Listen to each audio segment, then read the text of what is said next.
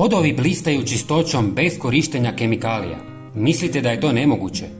Ali to nije sve. Ne samo da će vaši podovi biti besprijekorno čisti, već će vaš dom biti zaštićen od insekata poput mrava, moljaca, komaraca, stjenica i buha. Sve što vam je potrebno su 3 obična sastojka koja već imate kod kuće. Pokazati ću vam verziju za standardne podove poput pločica, betona i linoleuma i za drvene podove, odnosno parket i laminat. Stoga svakako ostanite s nama do kraja videa.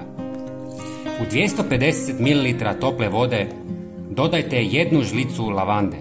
Sigurno se pitate kakve veze ima lavanda sa pranjem poda.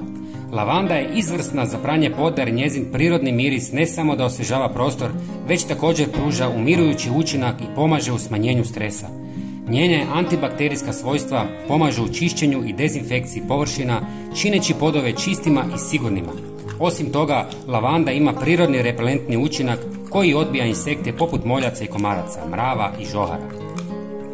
Zatim dodajte 200 ml octa koji je izvanredan za pranje poda zbog svojih snažnih antiseptičkih svojstva koja učinkovito ubijaju bakterije i gljivice, osiguravajući temeljito čišćenje. Njegova kiselost pomaže u uklanjanju tvrdokornih mrlja i neugodnih mirisa, ostavljajući površine svježima. Zatim dodajte 1 žlicu soli koja je odlična za pranje poda zbog svojih prirodnih abrazivnih svojstva koja uklanjaju tvrdokorne mrlje i prljavštine. Osim toga, sol ima antibakterijska svojstva koja mogu pomoći u dezinfekciji površina i smanjenju bakterija. Također, sol neutralizira neugodne mirise, čineći vaš dom svježim i čistim. Sve ostavite u vodi pola sata kako bi lavanda ispustila svoje sastojke. Zatim procijedite. Pomiješajte s 5 litara vode i spremno je za upotrebu. Sada imate savršen prirodni čistač za podove bez ikakvih kemikalija. Ovaj univerzalni deterđent nije samo za podove, odličan je i za čišćenje WC-a, kupaonica i drugih sličnih površina.